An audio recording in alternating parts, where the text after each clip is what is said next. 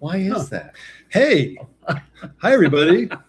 It's Rich, And Gedde, how are you? and we're drinking special disappointments tea. Cheers. Welcome to our post episode 3 live. Is that your phone? Oh, that is my phone. Should I turn it off? No. Oh. But would you mind grabbing my phone over there? Oh, sure. Because I'm going to go live on Instagram for a minute and try to tell people, come on over. But we have already, we've got some messages. Look at this, Gedde. Awesome Possum 2025. He's so excited. He said episode 3 was like, oh my God. Glad you loved it. Bucking Bronco, hey, you made it. Good to see. Well, good to see you're here because we can't see you. Oh, look at that. Wow. Sorry, I'm new to this. Yeah, Gedde hasn't done these before. He's done like one, Well, did a couple few. of the first season. He hasn't been here yet, obviously, for this season.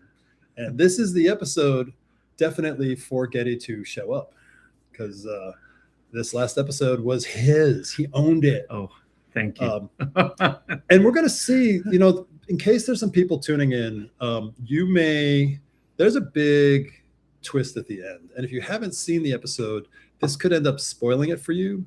So you might want to consider watching the episode and not watching this, or we'll try to warn you when we're going to talk about the spoiler. And we're actually going to try to not actually say the words so we don't spoil it. I'll try. So this is going to be fun, like to not say the thing. So in the comments, for those of you who have watched, try not to say what the twist was, but we can talk about the twist. Oh, isn't wow, that's really difficult. That's going to be a twist. Oh boy, right there. I'm gonna have to keep my mouth shut. You can do it. You can do it. Cavadango, David, hi. He says, "Yay! Hi, Gedde and Rich. Welcome. Hi. We're having a little iced tea. We're going to call this iced tea, courtesy of Richard Green. It's Richard Green's special iced tea." So Bucking Bronco says, "Glad to be here, fellas. Enjoyed the heck out of that episode. Gedde was incredible. Thank you. I think we've all been him at one point or another. You know, the whole thing that Gedde's character goes through in that last big scene of like all the emotions and the, you know, he hasn't dated in so long and the nervousness." It's true. Yeah. Well, Gedde's been married for what, 30 years? It's 40. God. I know. I have, yeah, okay, 40 years. I just said that was. I have a sweatshirt that's 40 years old. I got it from NYU. It's a little bit over 40 years old. I was trying to think, what do I have that's 40 years old? 40. Let's see. We got some more. Hey, guys, from Jerome. Jav Roar says, oh, my goodness. Look at that. Good day. Good day. Are you from down under? Is that what you're good daying us? Either way, it's fine. Wow. Yeah, so Gedde, the thing that Gedde went through, again, before the twist, just doing the date, I think he did such a beautiful job in thanks, Rich. Just the way it all played out, the emotions, the way it all built, like being on a first date and having this fear and spewing out all this truths about himself. Well, it was written very nicely, Rich. I mean, that's the point, is that it was not, you didn't have to reach for like some awful language that's half the time you have to do. So, well, I appreciate that. Yeah. I appreciate that. But, you know, as a writer, when you have somebody do, it's a gift to have, because I've written things that have had awful actors doing them. And I've written things where people take it to a place past what I was imagining or bring it to the place that I had most hoped it could be. And that scene was everything I hoped it would be. I remember reading it and calling you up and going like, this is really hysterical. And then for a minute, didn't I say to you, I said, now, how am I going to do this? I think you said that about every scene. Scene. That's my MO. Yeah, it's true. It's true. So yeah, the twist, Katori says the twist left him or her, me, gobsmacked. Yeah, that was the hope. I wondered if people would see it coming. And again, let's try not to mention what that twist was for people who haven't seen it. But the hope was basically, this was born out of Gedde came to me while I was writing season 2, and he said, he was very sweet about it. He said, Rich, can I make one request? Can I have a boyfriend? Can Gary go on a date? Can there be a man in his life? Yeah. And this I do remember this was the answer, because they were having everybody was having a relationship. They were all having sex. Well, and I thought, well, you wanted sex. I do. But, well, for someone who's been married for more than 40 years, I'm sure you want some sex. My gosh. Don't go there. Don't go there. I have my wedding ring. That's your chastity ring. My chastity. Okay. Hello. Greetings from Sao Paulo. Hey. Sao Paulo. I love that people are watching in Brazil. Wow. Welcome. What time is it there? It's got to be boa noite. If I'm mispronouncing that, forgive me. Blue Cool says, thank you so much for these weekly live streams. Donation was a bomb. That's the name of the episode, the donation. Oh. Glad you loved it. And, we like doing these live streams because we want to connect with you guys. Little side story for those of you who don't know the history of the show. The first season was, there was no show. And I went on to a crowdsource funding site called Indiegogo, made a funny video, but went on there and said, hey, I've got this idea for a show. And we're looking to raise the money to do it. And we raised $30,000 that year, made the first season, which hopefully you guys have watched. The director's cut especially, it's really good. And it gives you all the background. You need to watch the first season if you're watching the second season. Just saying. But we then decided to do a second season and more people showed up and we were able to raise, by the end of it with some outside donations and everything, we raised $130,000, which is $100,000 more. I will point out, I think you see all of it on the screen. And the reason why you see all of it on the screen is because nobody got paid. Well, me neither. Like I wrote it, I directed it, I produced it. I'm in it. He catered it. But so it's fun for us to come on here and do these live streams and interact with you guys because many of you were contributors. And thank you, by the way. Thank you all. Truly, thank you. It means a lot to us, and it's a way for us to connect and thank you. And even if you weren't a contributor, it's our way of saying thank you for watching the show. Speaking of which, we'll get to more of these questions in a minute. Wow. But as I always do, I have a little pitch about how we're trying to make the show catch on. We're trying to make it rise up in the algorithm of YouTube. And in order to do that, we need people, if you like the show, to do a couple of things. One is to hit that share button, copy the link, and send it to all your friends in your email. Say, you've got to watch this show. Send them the playlist for season 1 and season 2. That would be hugely helpful. Number 2 is to like all the videos, comment on them, because the commenting also kind of gooses the algorithm, and it makes all of this, what it does is it makes YouTube's machine recommend our show. Like when you're watching a video and the video ends, that it'll pop up all these different recommendations. And if we are recommended, we have a really high click rate. What that is click rate is when people see our videos, our thumbnails, they click on them.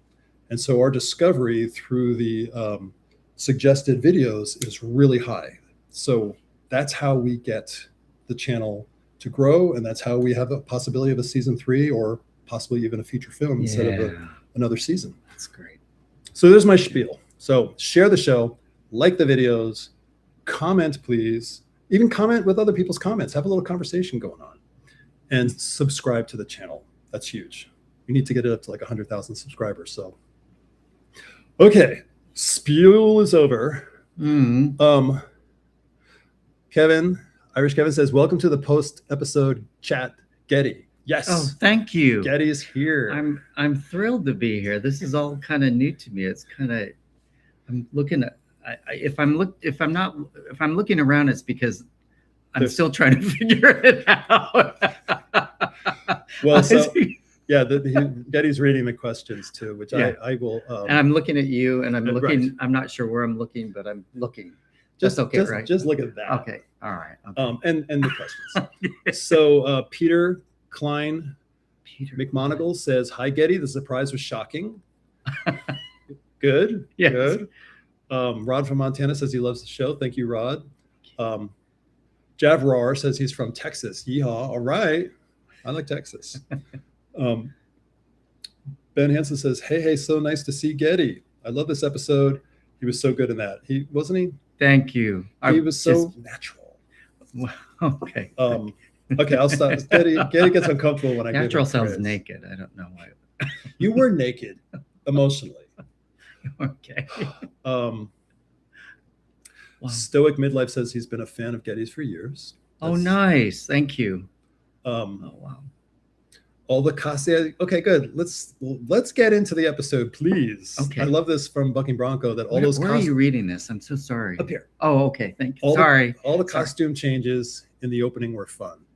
That was really fun. That was like, and we did that so quick. We just kept throwing Gedde in another costume and another costume for like all those little dancing things, putting him together, and then facing off with the mirror. Do you remember? Oh, right. Yeah. Oh, exactly. Yeah. Like, I was exhausted. So, no, I had fun. I actually really had fun doing that. Katori says that Sylvia Plath line was the best. Oh my God, I forgot about that. Oh, that wow. was James saying, "Who are you, Sylvia Plath? You're trying to depress him so much that he wants to throw himself in front of a bus." And that speaks to James's ability to like really deliver a line. That's true. That's true. And I'm glad people know Sylvia Plath because I'm so surrounded by people that have no idea anymore. Sylvia Plath, was she on Friends? Yeah.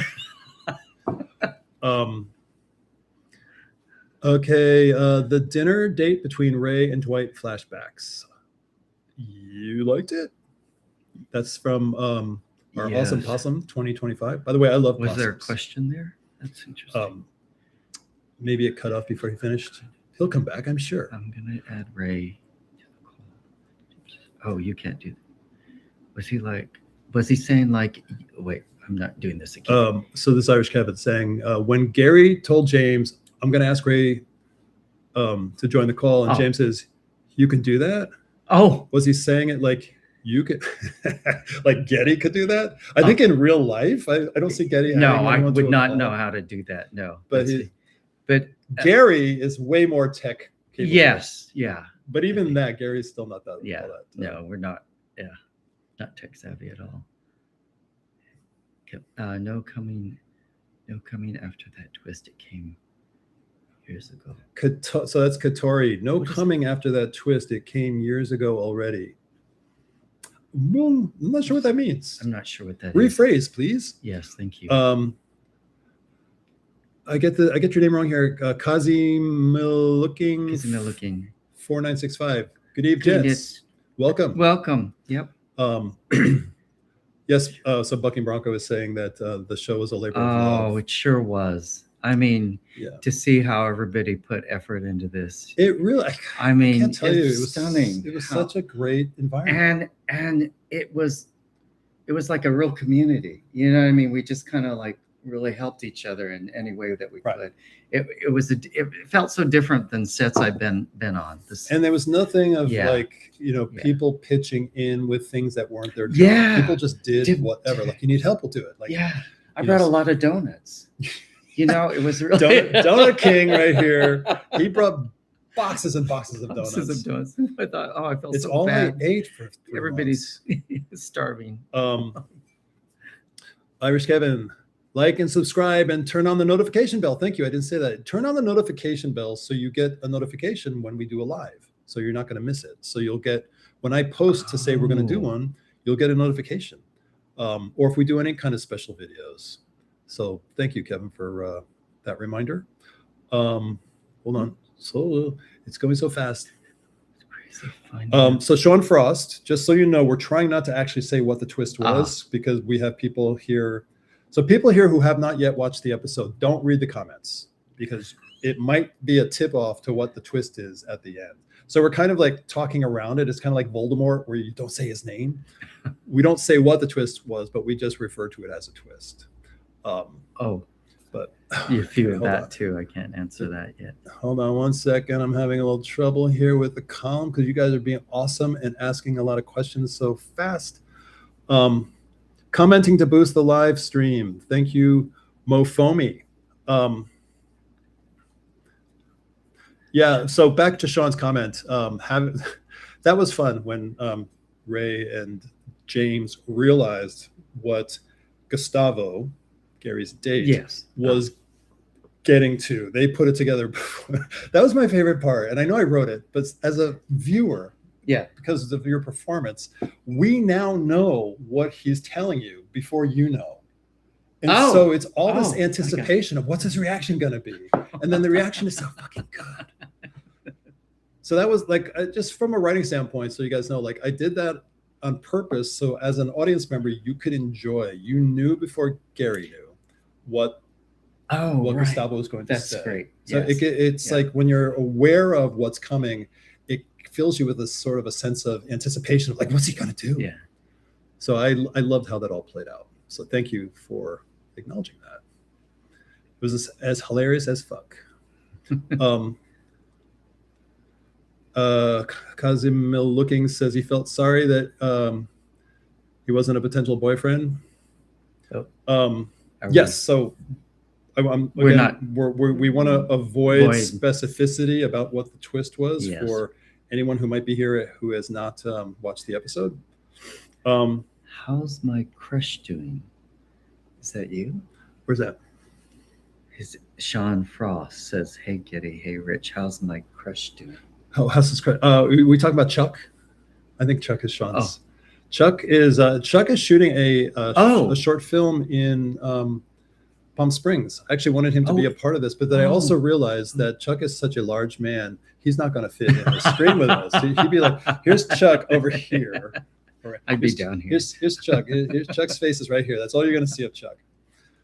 And for some people, that's enough. Don't tell Chuck that. I say the worst things about Chuck, but I say it to his face. Kasimi Looking says he loves Gedde. We all do. Love you right back. Oh, how sweet. That's very sweet. Sean Frost and Rich, I see you. Yeah, I had said, I think in the last live stream, I said that this episode was very much Gedde's episode. Gary's episode, but Gedde's episode. We all kind of get an episode in this, don't we? We all have an episode that kind of focuses on us. Yeah. On the different characters. And the three of us, really. Mm-hmm. You know what I mean? Which is the friendship where it all started in the beginning anyway. So and what I loved about this episode too was and I'm sorry because I wrote it and I'm still saying I loved it. But what I'm happy I'll say it this way. What I'm happy about that I was able to keep in mind and accomplish was having an episode that, even though it was so Gary focused, it was absolutely about the friendship. It was because James and Ray are there on the date with him, and we're listening. We're listening on our earbuds. Who does that? I love that. And James like waving to Gary when he starts talking about his health problems and like pointing to the bathroom. It's funny. I was inspired by like I Love Lucy and Laverne and Shirley. Oh yeah, it's kind of like that makes sense. Nutty. Or for people who are younger than that, maybe Friends, even like a little bit of a screwball element going on there. I'd be Lucy. Sorry. Sean is asking, "Hey, Rich, how long does filming to editing to release take?" This is not a good show model for this because filming this season came in a couple spurts. We filmed a whole bunch in the month of December. We filmed a couple, maybe a week and a half in January. We took a break until March. And then Trevor and I actually shot something, just the two of us, from March, not until November. So we skipped a whole long time to finish up what I wanted to add to the show. It took about a year for post-production because, again, we are so broke. We have such a small budget, and we're not paying people who work on the show their day rate. They love the show, but they have to take other jobs that pay more when they can. So we get bumped down in the priority list. So and the show was done in May of 2024, and we've been trying to sell it all this time. So, that was kind of I was just so anxious to get it out. Like I wanted you to see this scene. I wanted the twist. I wanted this I'm so proud of what we accomplished, and I wanted people to see it. But it was worth it taking the shot to try to sell it, because that would have been, if it had worked out, a guarantee to be able to do more seasons, which we don't have now. So we got to try to figure out what we're going to do next. But we're getting ahead of ourselves. There's still 5 more episodes to come out.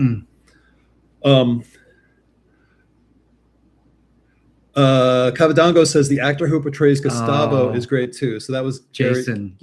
Jason Wong. Yeah, lovely man. Gary's date. Yeah. He's so natural. Like I believed every word that came out of his mouth. And he sort of looks like me. He does. And he's the sweetest, kindest man. He's just he is. He's very sweet.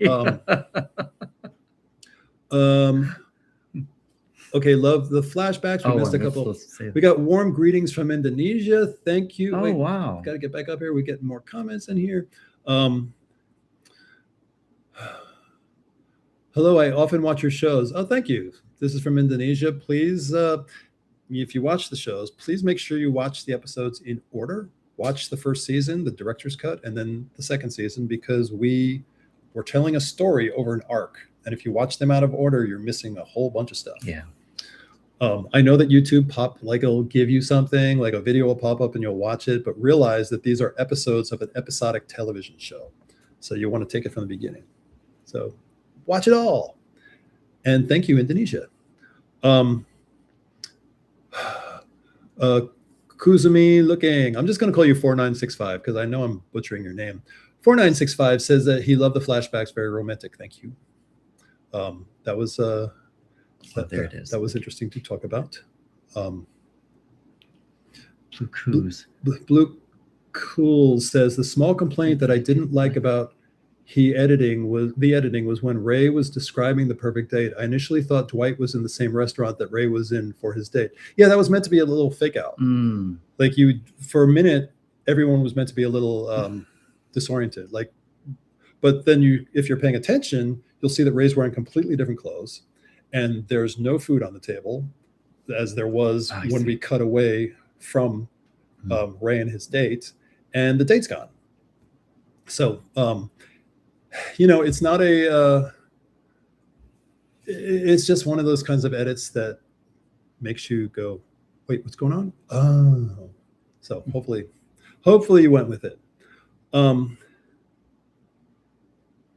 Katori is saying, I think it happened in Will and Grace. Oh. You said we didn't see that twist coming.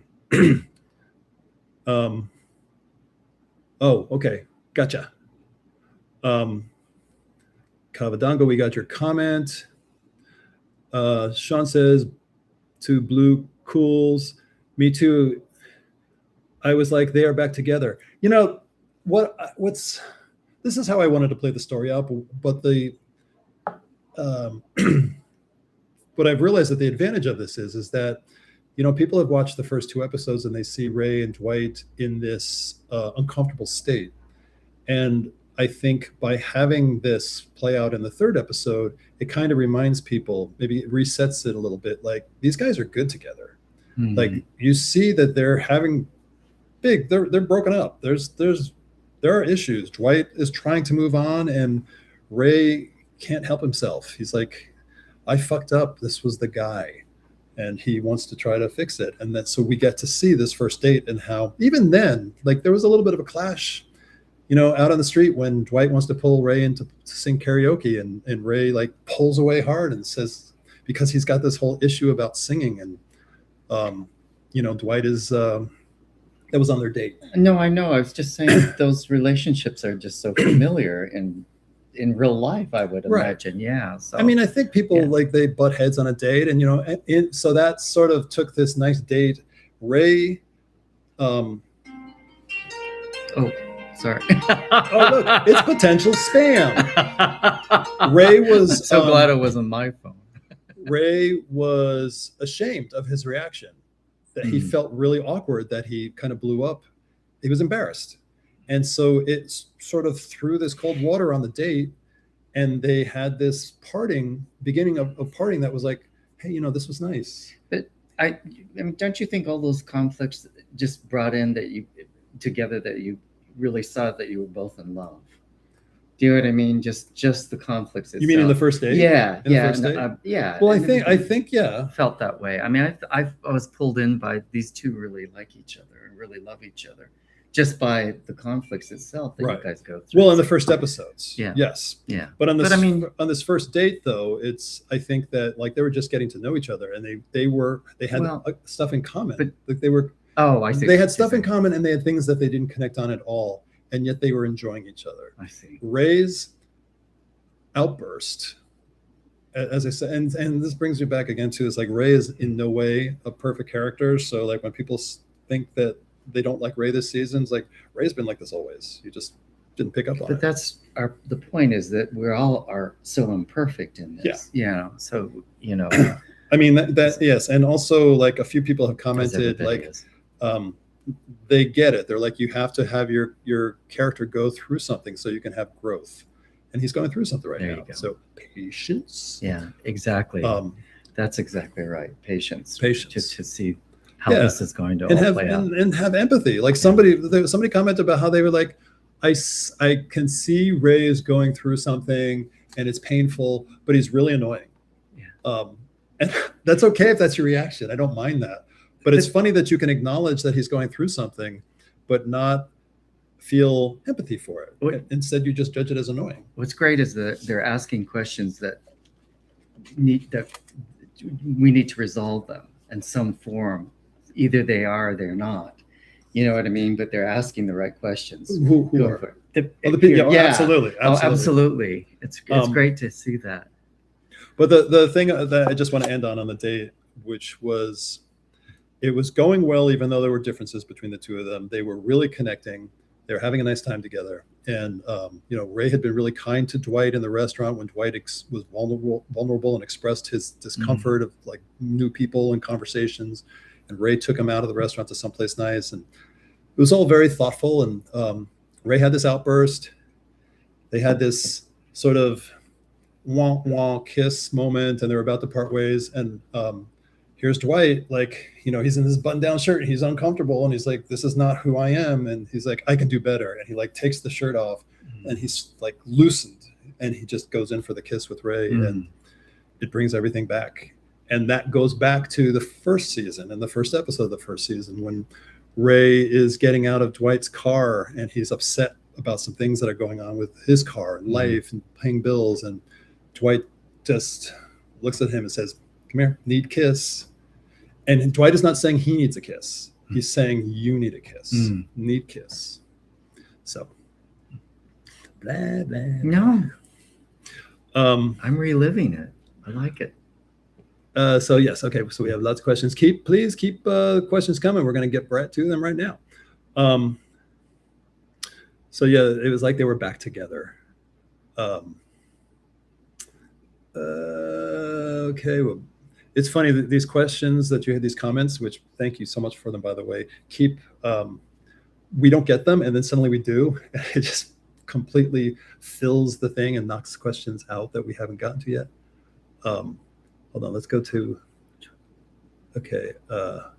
Jerome wishes the episodes were longer. Oh, nice. When we have a real budget, maybe it'll be 45-minute episodes. Huey says that Gedde is the cutest human I've ever seen in my life. Oh, Aww. Dramatic irony. Yes. Thank you. Dwayne says, I absolutely love this show. The characters are so relatable. Thank you for all the positivity in our world. Thank you. That's really kind. Are we going to see more of the villain, Gary's roommate? I think you mean Ray's roommate. Yeah. And yes, you are. Yes. And I don't want to give anything away, but by the end of it, you're going to see him differently. Peter Klein Monagle says that I wrote a beautiful episode. Thank you. I loved writing this episode. It meant a lot to me. It was great to be able to have these experiences for all the characters.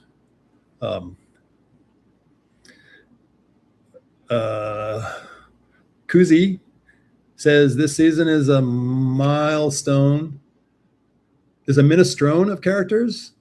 Is a minestrone of characters that we can all relate to at different stages of our lives. Thank you. We're a soup.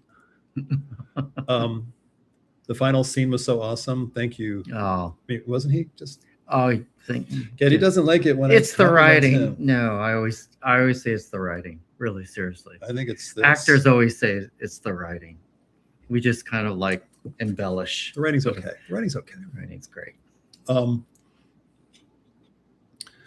AI Muscle Artwork says that he loves the twist in the last episode. Thank you. Yeah, that was, and thank you for calling it the twist and not saying what the twist was. Again, in case there are people watching who have not seen this last episode, because it's only been out for one day, which, by the way, it is our fastest growing viewed episode so far. So thank you for that. Almost 10,000 views in a day, which is pretty good. That's, thank you. Yeah. Twist.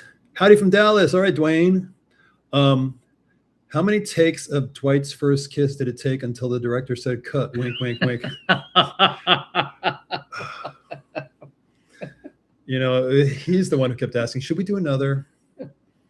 I'm like, no, we got it. Moving on. No, he's like, I feel like I didn't get it right. I want to do more.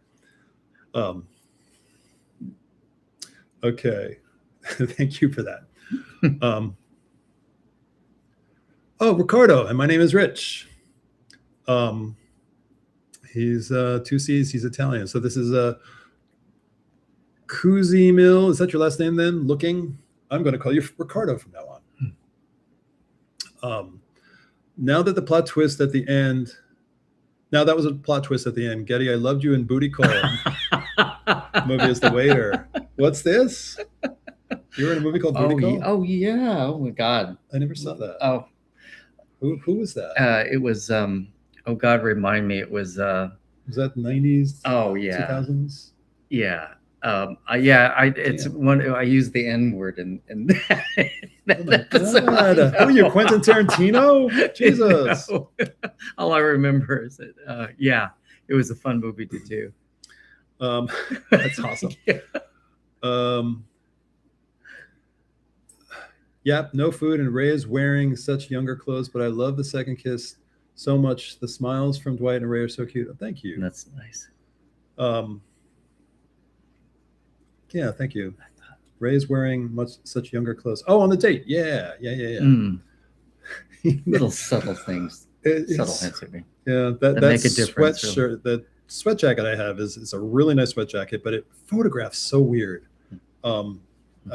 It's got this lining. It's actually reversible. The lining is super loud. And our costume person went into my closet. It was like, you need to wear that. But the way she went into your closet too. Oh yeah, oh my Lord. Kat. Her name's Kat. She's amazing. Kat. For all the main characters, absolutely. She went over to our houses and she's going to our closet like, we're taking this. I was naked for 3 days after she came. Oh my. It wasn't an oh my moment. It was an oh no moment. It was a dear God moment. A dear God moment.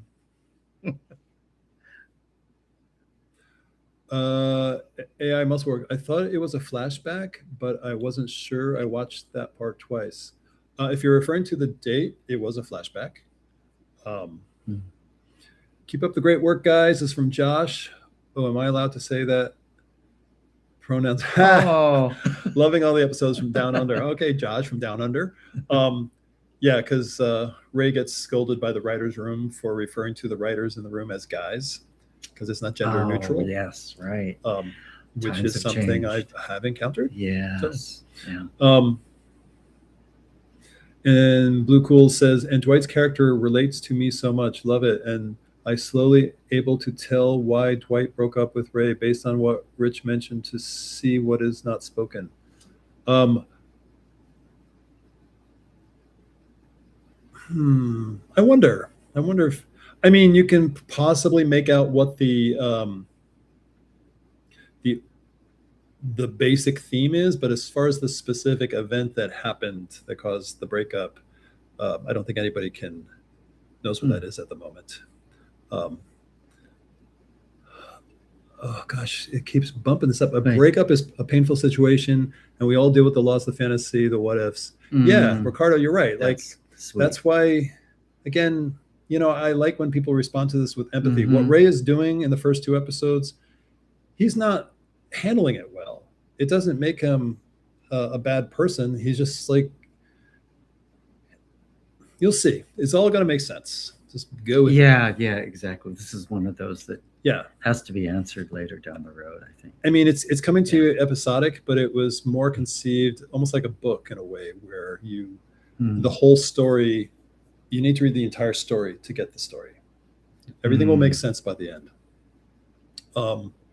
The episode, this is from Mofomi, says the episode felt unrealistic for me. You seem like an excellent. Oh my God. No.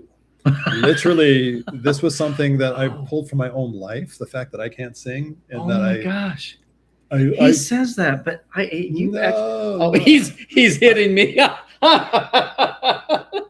No, I have this thing that really happens, that if I try, like at a birthday party, I get so nervous and I get so worried and anxious that my throat kind of closes up and I get a little scratchy and it's. But did you ever think that is part of the character? Well, it is part of the character. Yeah. No, so I mean, I brought it to the character because Yeah. it's the character. I bring so much of myself to the I just thought it was really well done. Oh, thank you. Honestly, that's my opinion as an actor to another actor. Yes, there you go. I appreciate it. You're welcome. As an actor to another actor. I'm not an actor. You are an actor. Stop that. Somebody asked me to do a play reading. So? The lead role of a play. And I'm like, I wrote back to him, I really appreciate it, but I'm not an actor. You didn't say that. I did. You didn't even try it, at least? No, he sent me the play. I'm going to read the play. Okay. He's a great guy. And he's very talented, so I'm sure the play is good. But I still feel like I can only do one thing, and that's this. That's a lot. Okay, Dwayne. I so hope Ray and Dwight find their way back to one another. The first kiss says it all. They are meant to be together. Sometimes things do work out. Sometimes they do. Sometimes they work out by not working out. Yeah. We'll see. It's called the disappointment. Yeah, it is called the disappointments. We'll see. We'll see. No promises.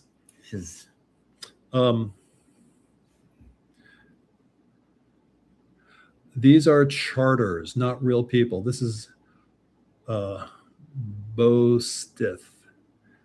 These are charters, not real people. I think they are so well developed. Not sure what you mean by the charters, but I appreciate that they're so well developed, because they are. I guess they are. You have to say it. I can't. I did. Well, the actors bring so much to it. And, speaking of that, there is, I refer to this as Gedde's episode and Gary's episode, but there's some more stuff coming up for him. I just watched the 4th episode myself because I was like, what happens in the 4th episode? And this guy. Oh, okay. This guy is. I still have to see half of it. So. And also, you're going to be so pissed at Ray. Just to let you know, those people who get pissed at Ray are going to get more pissed at Ray. But calm down. Give it time. Oh, yeah. Yeah. Oh, I wish I could talk about it, but I can't. We will talk. We will talk about it. Sorry. We'll do another one of these, and we'll talk about it when it's done. It's all coming back to me. Right now, half an hour is the sweet spot. Thank you. The episodes it's kind of made for TV in a sense, because the episodes run about 25 minutes, which is 22 minutes is episodic on network for putting in commercials. I was going to say. But the longest episode is 36 minutes. The shortest one is the 5th episode, which is 23 minutes. Specs DeBoss says, I love James's character. He's just living life, being flirty and realizing he still has it. That's an interesting take on James.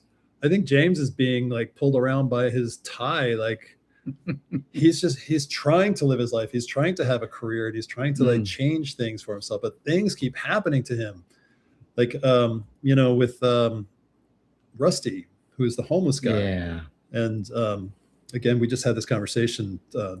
There was one very strong reaction to someone saying that we're making fun of homeless people, which is, again, watch the show, because that's not what's happening. No, it's not. And that's what's so great. Like all of the characters that you've written, they're complete. That's so you have to trust that. You have to trust that whole sense about what he doesn't write characters for show. Let's put it that way. I never. That's what was so incredible to thank you. Go through your writing. It was like everybody kind of has an arc, even this and like a little world. Yes, little their own. And world. I that's what really attracted me, even to the piece, was that was happening. That you just didn't show up and say your line and get the hell out like I did on ER. But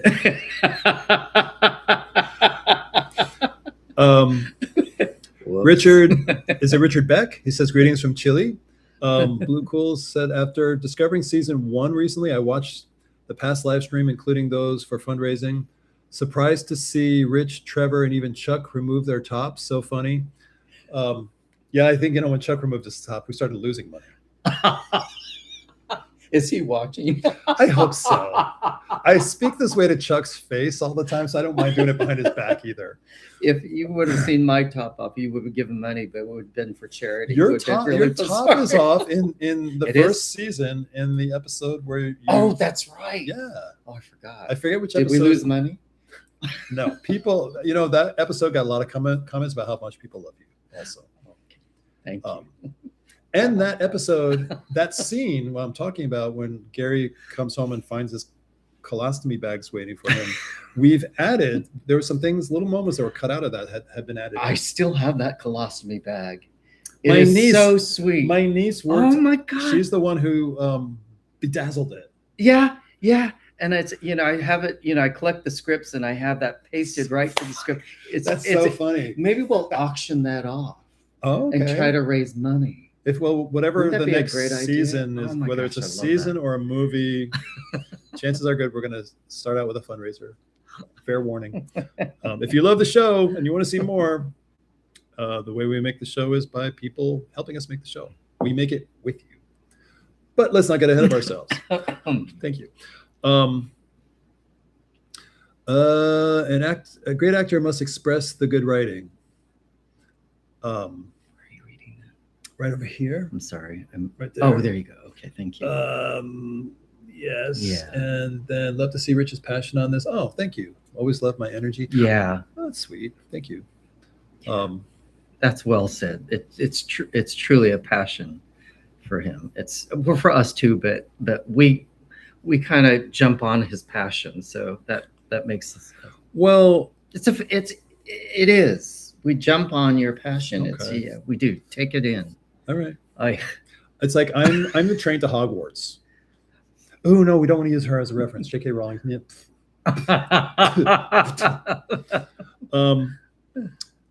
Given the amount of time between writing the show and airing the episodes, are you ever influenced by the remarks of your viewers? Does the plot change based on the feedback, or is it already set in stone? I have to think about that. It's a good question. No, I think I've always known what I want to do. But am I influenced by people's comments? Couldn't say so much influenced by them, just grateful for them. Yeah. I love that people get invested and care. I have to, if I think of something, I'll come back to you and mention it. But I don't think I've ever been influenced by, very rarely, like even within the cast, somebody recommended, I don't even want to go into this. Somebody recommended a storyline that was so like, that's not this show. Wow.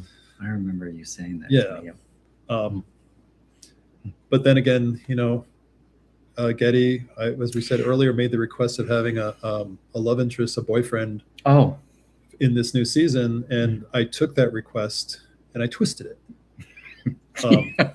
But it gives his character something new to do. So, and if there is a future to this show, it will be what goes on between him and that character would be so fun and beautiful and so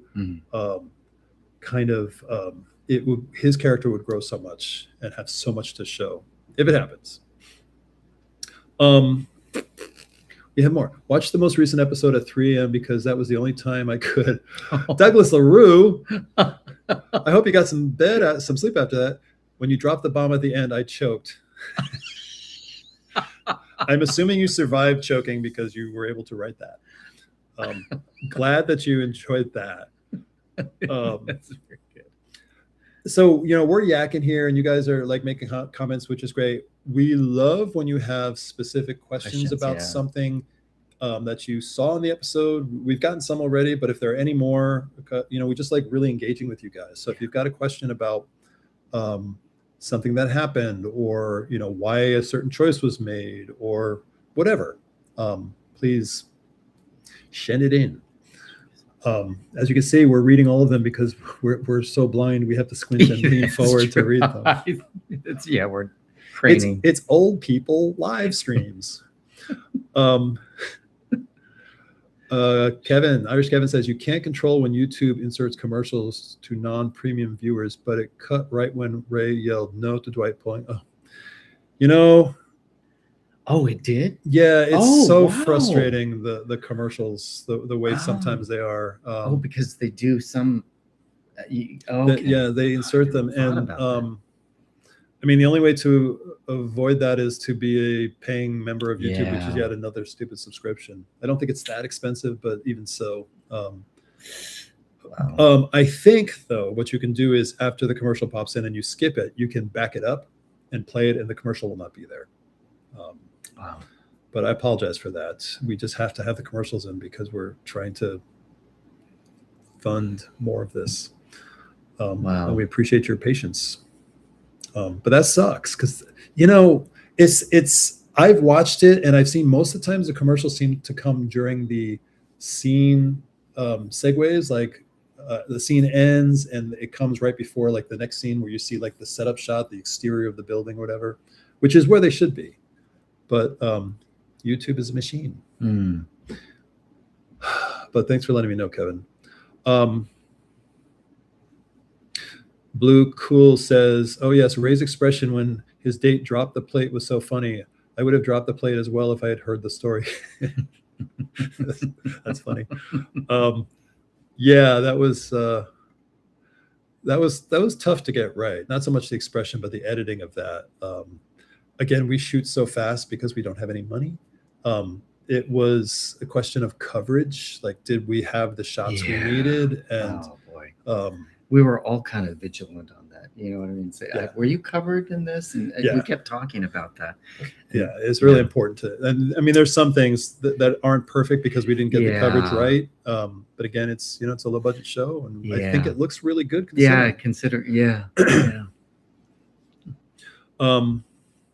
Oh wow, look at it. We just rebooted. It keeps reloading and it's like thousands of comments. Thank you guys. Oh wow, look at all the way up here. Wow. Okay. The reason for the Rage White breakup is probably the next shocker.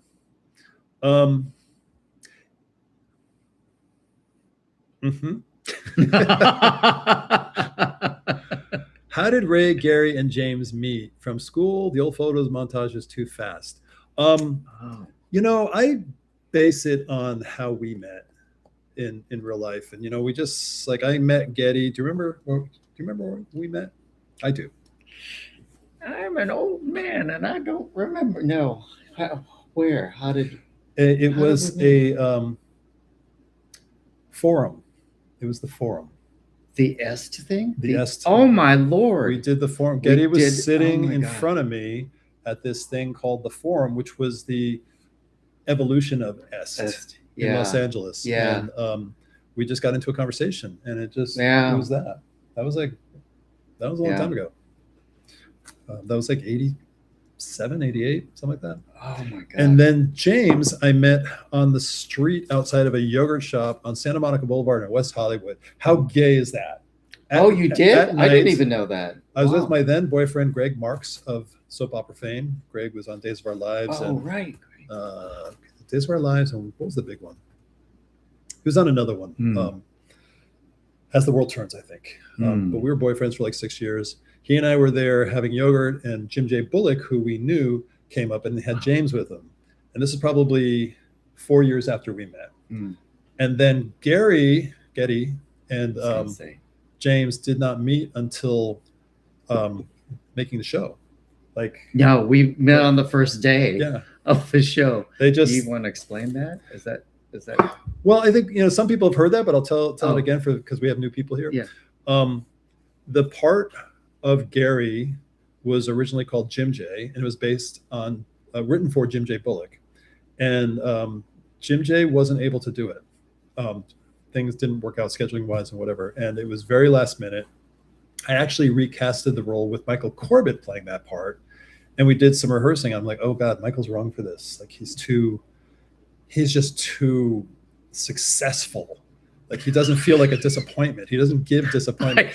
I mean, I think the real word is that he doesn't have the same softness that the character needed, and the same vulnerability, and the same sense of I almost want to say there's like an Asian term for this of like be careful. No. This is like Buddhism. It's like, or something. It's like yin yang, like the flow, the like being able to move with the current and not fighting it. Like Michael seems like he's fighting and we already had Ray fighting the current. We needed somebody who could embody this character who was more Zen.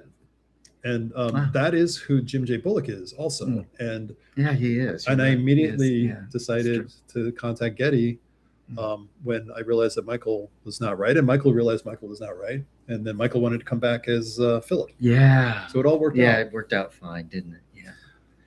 So that's how we all met. And we just clicked on, and James and I just like, that was amazing. Yeah, because I felt like I've known James for the longest time in the world, and it just happened in one day. So I thought, well, okay, I guess. You know what, Gedde? It's the writing. Yeah.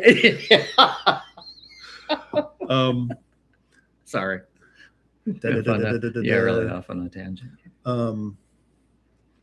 The music symphonies and production. Okay, so Specs the Boss says the music symphonies and producing is gorgeous. I tried to Shazam the instrumental, but didn't show up, sadly. So that's David Frank Long. If you're referring to the actual score, that is David wrote both season 1 and season 2, a beautiful score. I have referred to it in the past as he's the fifth main character. Like if you consider Dwight a main character, David's score is a main character, because I feel like his score delivers the emotion of every scene and just sort of puts a cap on everything, and in such a great way that he's you gotta have him.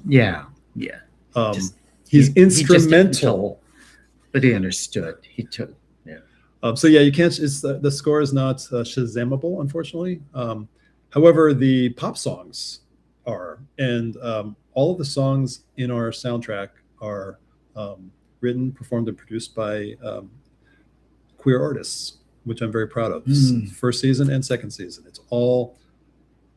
we got all the gays, and most of them do not have deals with record companies, and they all deserve to. They're so talented. So this was an opportunity, hopefully, to give them another way to be heard. Guys watching from Malaysia, great show, cheering you on. Cannot wait to see the Asian son is gay. Hope he gets lots of story. I shouldn't have read that out loud. We're not talking about the twist. We do not want to give the specifics of the twist to anybody who has not watched this. Welcome everybody. This is CK-ology. So glad. We have a really big following in Malaysia. One of the cool things about YouTube is it's got so many different analytics. It can show you where the show is seen. And Malaysia, I think, is in the top 5 of territories that watch our show. So we love you guys. Thank you. Fantastic. We love that you watch us. Yes, Gedde needs to talk more in the live stream. But see, the thing is, Gedde didn't remember where we met in real life, so I had to talk. Yeah. Oh God, no. Yeah, you have to. Yeah. I don't. You Well can tell. said. Yeah, exactly. That's exact. That's All exactly. right, but fair. I will turn things over to. I'll read a question and I'll ask you to take it. If But you're, what if I don't know the answer? I won't give you those. Okay, well, see, that's the Or you can just say, I take the fifth. Oh, I plead the fifth. I plead the fifth. All right. Okay. So Boss Yeah. Boss Tith says, bad typing while eating dinner. Characters, I'm also a bad speller. Awesome. And I hope that you're enjoying your dinner. We're having a liquid dinner at the moment. Yeah, maybe that's the problem. Yes, definitely need to see more. Wow, thank you, Gedde, for contributing to future seasons. He is so nice. What do you have to say about that, Gedde? Well, again, it's the writing. It kept me going. It kept me there. I just felt like I was, you get invested in the character, so you want to stick around. And also, it was everybody that contributed to this. This just the whole set felt so different than a regular set. It felt like we kind of all knew each other in some. Well, it's the thing that we alluded to before, that it was very democratic. Yeah. I mean, I make the decisions in the end, but it's very like everybody can come up to me and say, yeah, can we try this or can we do that? And that was an atmosphere that was set very nicely, right? Because you do want to try things out all the time. Well, and I will say at the same time, it was very stressful because we were shooting so many pages every day, and so I would be. We had to think fast. That's all. Think faster. I felt more alive every time we're in production. I feel more alive than I have ever in my life because it's so electric. But when the show was over, production, the first time, through January, like mid-January, when that was over, I slept for like 2 days. Yeah. That was dead. Yeah. Well, because, you were there throughout the whole thing. I was kind of in and out, but I contributed as much as I could. Also with donuts. Ooh. Okay. How many episodes will there be this time around? There's going to be 8 total. So we're not halfway through yet. Next week we'll be halfway through, but the episodes keep getting bigger and bigger. Did we mention there's a musical number? There's a musical number coming up. Last episode, something to look forward to. We missed a whole bunch up here. Dwight is actually really mature when you see more of the character. However, his awkward way of doing things has you questioning it. Well, yeah, because Dwight is we don't dive into it very much and talk about it. And nobody puts a finger on it and says this, but Dwight is on the spectrum. So it's all alluded to in his behavior and his talking to Ray about how uncomfortable he feels around people, new people especially. He doesn't know how to express himself. So he's got it together. He makes the money. He's a coder, which again is a perfect job for a lot of people if they're on the spectrum. Left at Albuquerque's back. What's up, dude? Can I say dude? Is that politically correct? He says, read that one. Where is it? Right up here. Hi there. Hi there. Fashionably late. I am reminded of the movie Daddy, written by and starring Dan Villa. Not familiar with it. Now, why am I reading that? Well, no. I'm just letting you read okay, all right. Not because you can take it. I see. Gosh, you guys, sorry. Check out, there's Gary T. What does Gary T say? Hi, Gary T. Gary T, where is Gary He's T? right below the one you did. Oh, boy. Right there. There. Oh, hi, guys. Great episode 3. Well, thank you, Gary. Wow. You spelled Garry. Thank you. I mean, here's something interesting from Left at Albuquerque. He's talking to you, Irish Kevin, and I think this is for everybody. He says, try a filter like AdBlock Plus or AdGuard Ad Blocker. They work for me. No ads on any sites. Oh, fantastic. If that works, that's great. That would be great. Yeah.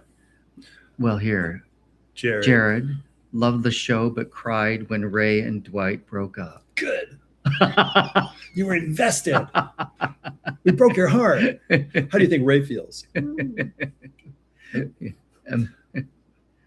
Maybe this has already been talked about already, but how many episodes will there be? Oh, I think I hit that one already. Right? Yeah, I think you did. Arizona Vaughn or As Vaughn. I have just discovered this series in the past month. And as a gay man in my late 50s, I relate. Oh, that's lovely. I relate and love these characters so much. I do, however, wish there was a series website to go to be more engaged.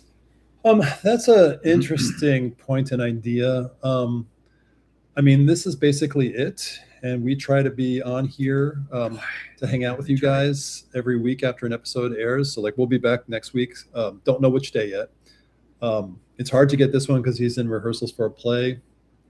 And James lives in Palm Springs, but maybe I can coerce him to come on. Yeah, James. I think we can. I think you can do it where you can actually have a split screen. Oh, that's what. Oh, that would be easy. I recently saw that, but that's like I don't want you to do that because that's tech.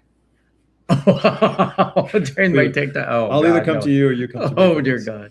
But I just want to say thank you for saying as a gay man in my 50s, because there isn't a lot of older gay men kind of, entertainment and our stories aren't told. I applaud you for that. I really do. Thank you.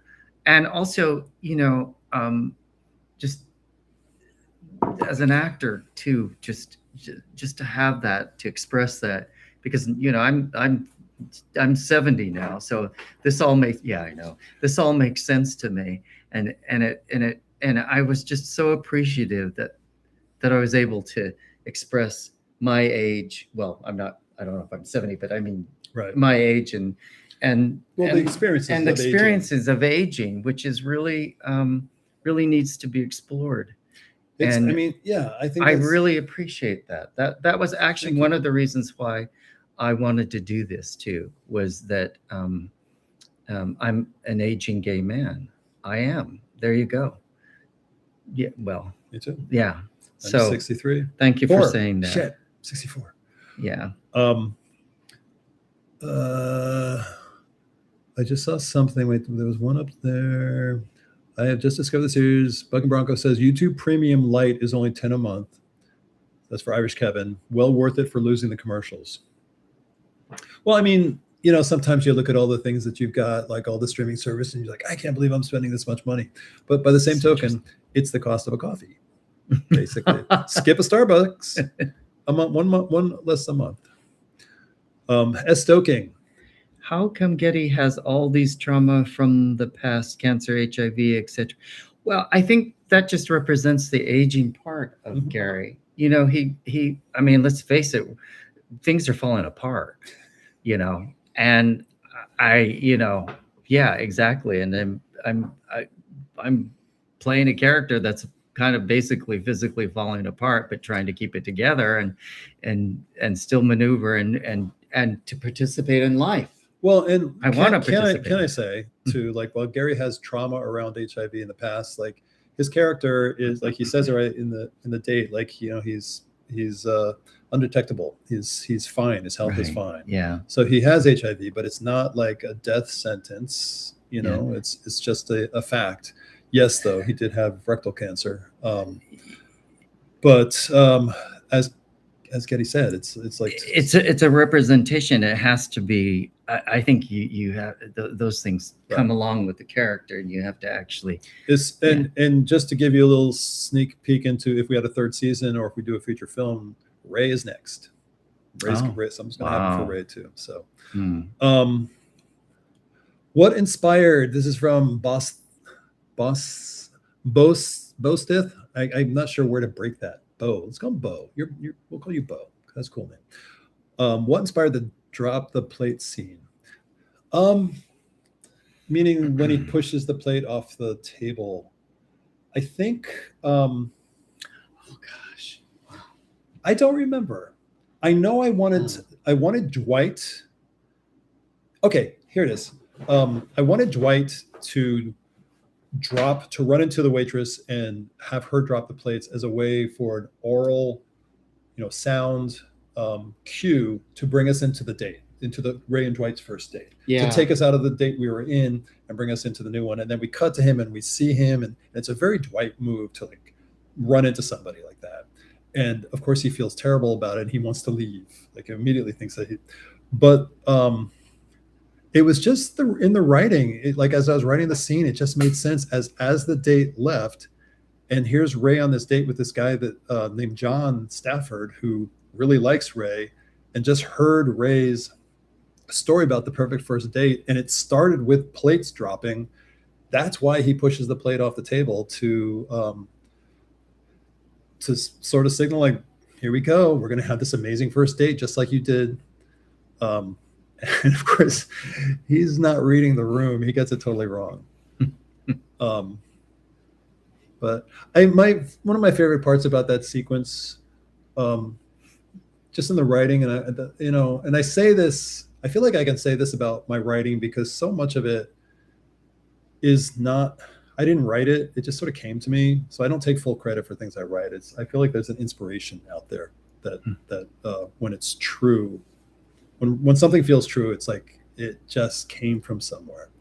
And that's when Ray slides the fork off the table to make Dwight feel better.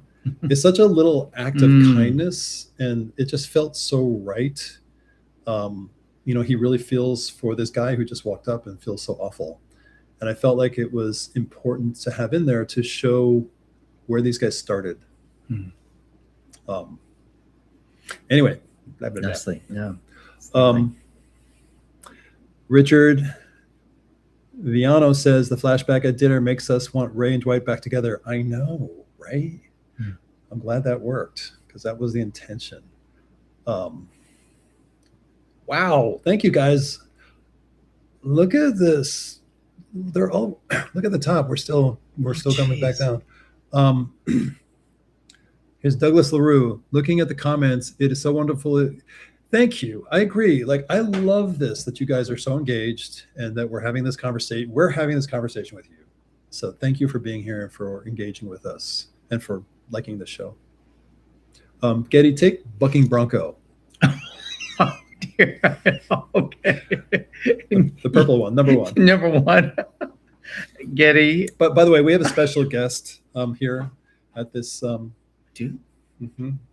We have a milk chocolate Easter bunny that we're going to start eating. Oh. In honor of Easter. So, oh my gosh. Gedde, you take that question while I unpackage the bunny.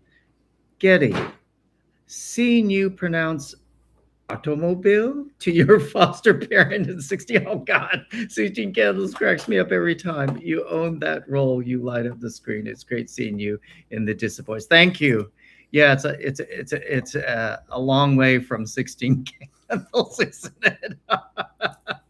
There's a journey here happening, but thank you for that. Yeah, I'm happy to see myself doing something different also. I don't know. You got that. Oh my God! Your catchphrase from I got greener pastures. Oh, that's right. Yeah. No, we did. We found some one-liners. Can I do that? I just killed the bunny. Oh yeah, yeah. Okay. The bunny's for killing. Okay. Oh my God! Look what Gedde did. He's mutilating the bunny ears. So this is we're having our little Easter treat while we chat with you guys. Chocolate. I'm from Singapore. How's the audience here? Glucose. What does that mean? He's saying I'm from Singapore. How's the audience here? I gotcha. It's also strong. It's a really interesting thing that we do well in places like Singapore and the Philippines as well. I mean, I don't know what it is, but we love that you guys are connecting to the show.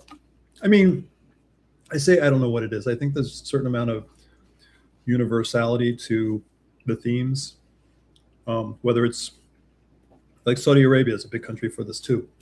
But also I hear from a lot of straight women who love the show. I mean, basically anyone who is getting older and is finding that their life has not turned out the way they thought it would when they were 20 years old and starting out and having all these dreams. We're for you.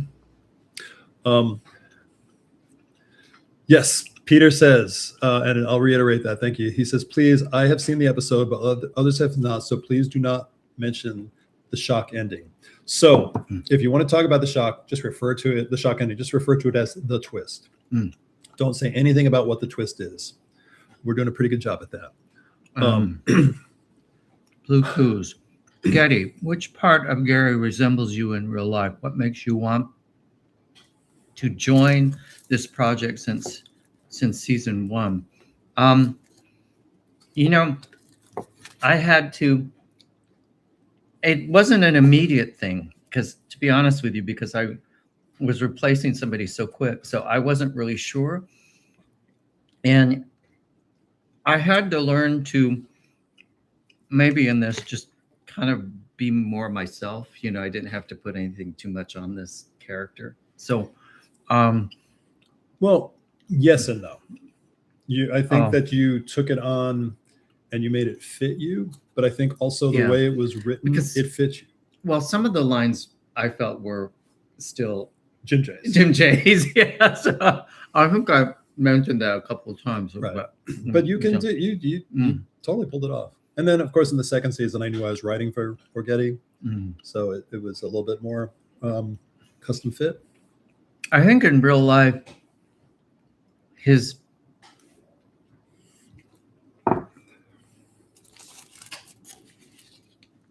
which character do you feel most connected to?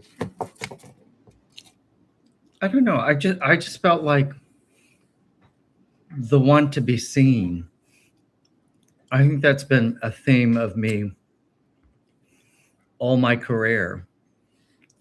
So I found that compelling in Gary, and I think you kind of really honed in on that, and it was something that I didn't realize that was happening to me until I kept doing the role, and it just kind of kept appearing. Does that make sense? The want to be seen. It's that, and like I think this is related to it. I will. It's going to sound like I'm tooting my own horn in a way I am, but I think it's the collaboration. It's not just me, but when we had a very casual screening at Gedde's house, and Gedde's husband over 40 years was there, and we watched all of it. And afterwards, he gave me this big hug, and he was kind of teary-eyed, and he said that he's never seen Gedde, his essence, captured in anything before. I do remember that, and I was so touched by that, because so was I. Yeah, it was really nice. Yeah. So I would have to say that the character that you most relate to is Gary. Anyway, let's move on to John McDermott. Love you guys. Season 1 was wonderful, and waited for season 2, and it's been worth the wait 100%. Thank you for hanging out with us for so long. This show should have been out. Well, the show could have been out 2 years ago. It was done, but we held on to it and tried to sell it. Did not succeed, but maybe off of the strength of this show, of the second season, with people seeing it, maybe we'll be able to have a whole new life. Spectabuzz. What's he say? He says, I hope all 4 of you guys are in a happy relationship in real life. You all deserve love and headaches that come with it. Right now, I'm in a relationship with this rabbit. I mean, you could say he's giving me head right now.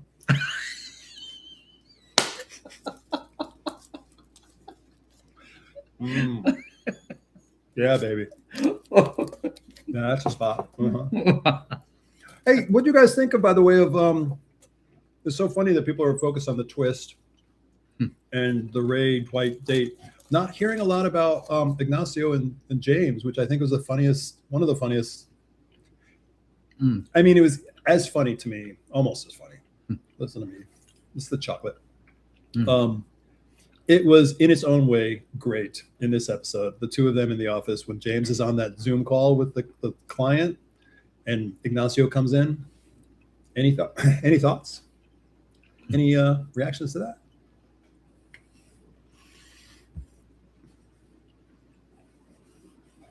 Oh, nice. Where? PPP Explorer. He learned about the disappointments when Rich recently appeared on That's a Gay Ass podcast. He's enjoyed the show ever since. I love that. Thank you. I love Eric. He's so funny. He's so smart. If you guys don't know it, there's a podcast. It's called That's a Gay Ass Podcast. And the host is Eric Williams, and he's so funny. And I just saw his one-man show, I think last Monday, a week ago.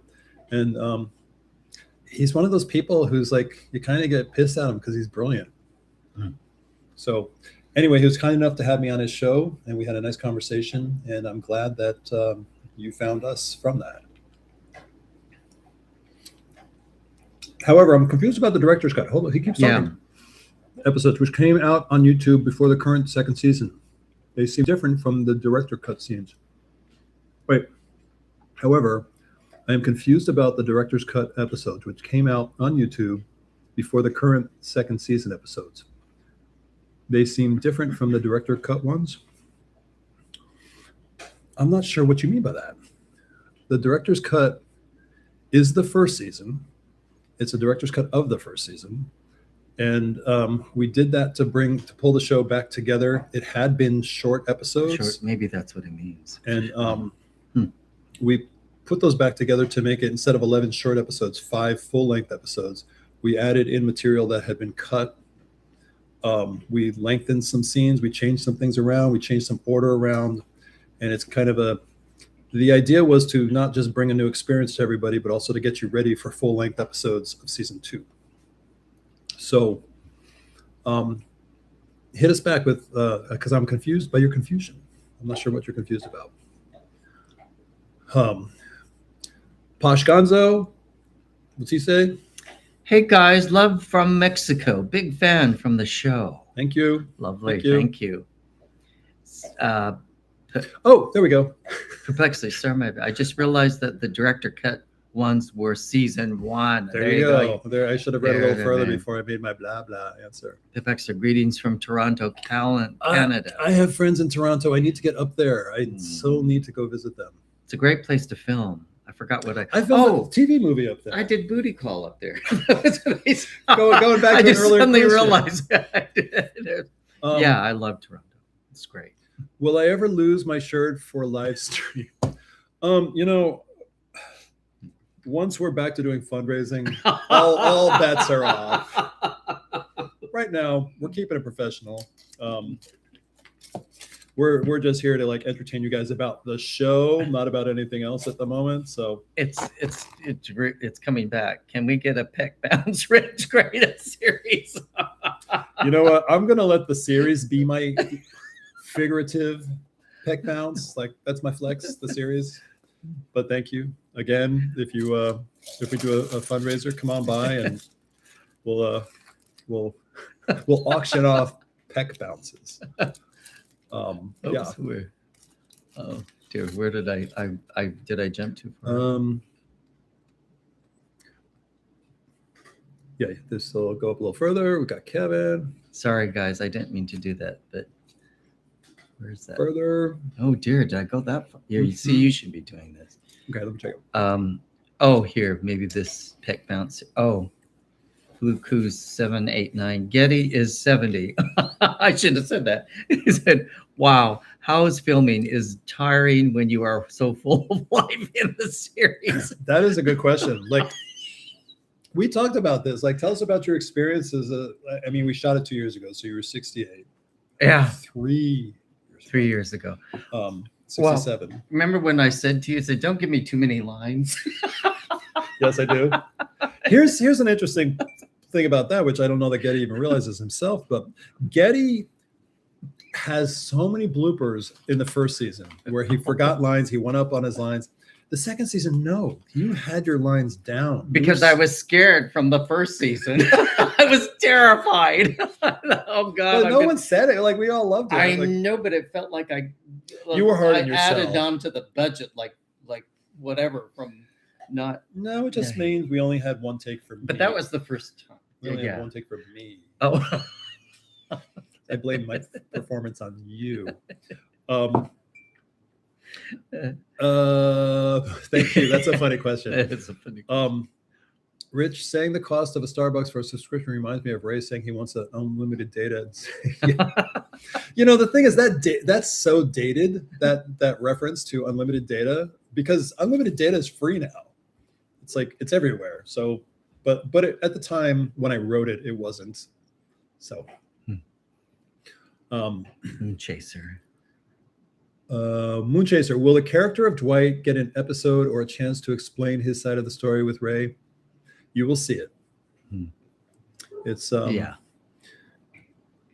You know, I've taken my time with this. I wanted to build the series, the overall arc of the storyline a certain way. And I know some people have reacted a little bit like impatiently, like they want to see it now. Then I say, be patient. You're going to see it. We're showing other things along the way. And yeah, you're going to see everything is going to be revealed. Katori says a perfectly good salad. Do you mean my bunny? Blue Coos. The twist learning the medical history is hidden shock to him. What does he mean by that? The twist learning the medical history is a hidden shock to him.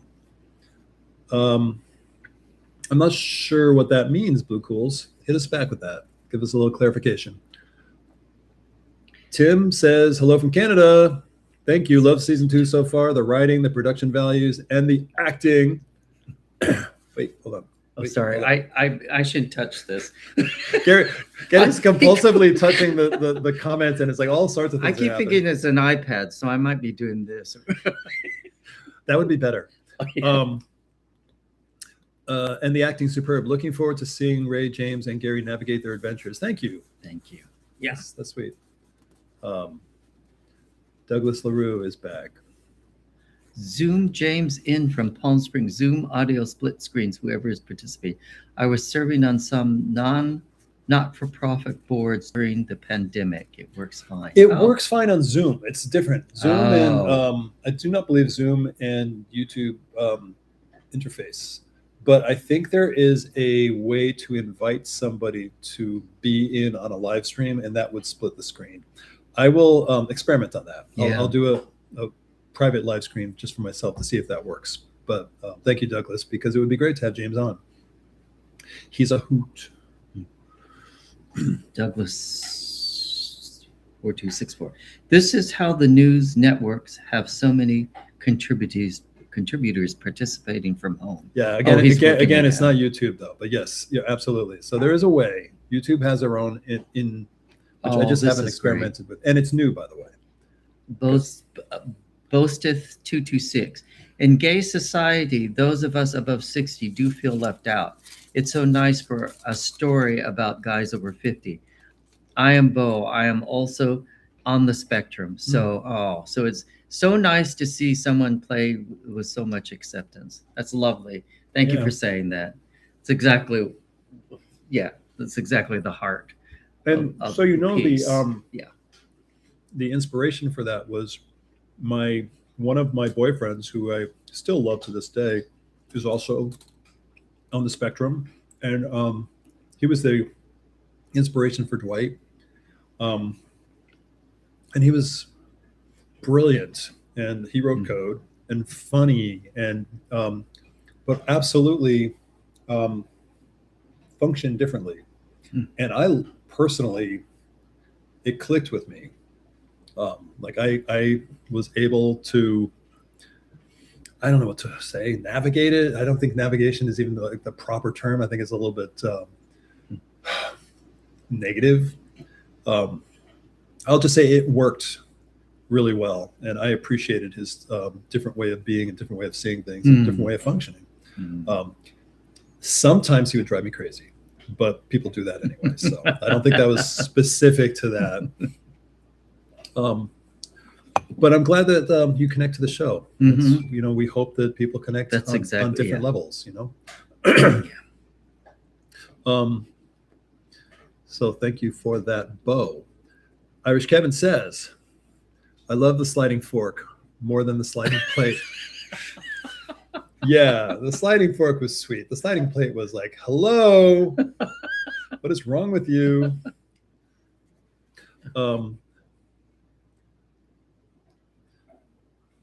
Sorry, we got bumped down again. He did it. God, no, I did it. You know what? There's this. It's not worth going into. Yeah, right now, anyone that has had American chocolate is going, it's not as good as what I normally have. There's an oily taste to chocolate these days. You know, there just is. It's like cocoa. We don't have that in our chocolate. I'm not really sure I'm eating chocolate. That's the problem. No, I feel like I'm eating olive oil. That's exactly right. We don't know what's in our food. And these yet days. I love that. Kevin says the dogs, Kevin and Archie, are so quiet tonight. It's actually just Kevin tonight. Oh, and he's like going to town on a crunchy bone. Hi, Kevin. So he's a good boy.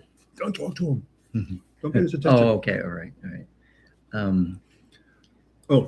As director and creator writer, how close is Rich to Ray or other characters? You answer that. You know me. Oh, I see. Okay. How well, close but you am have I to to join Ray? in on that. Well, you go first. What's your opinion on that? I think there are some very direct things that happen to you that sometimes I get phone calls and I go, what? How did that really? So, I mean, I hear my voice. I hear me saying that to you. So, you know, and so you're saying that I am close to. Yeah. And the thing about Rich is that he's so invested and tries so hard, and sometimes things don't work out. And I feel really disappointed. And this is interesting. Yes. And I feel really for you when that, I mean, I feel like a dad sometimes, you know, because when Mom. Mom, mother. Okay. But so there is a true simpatico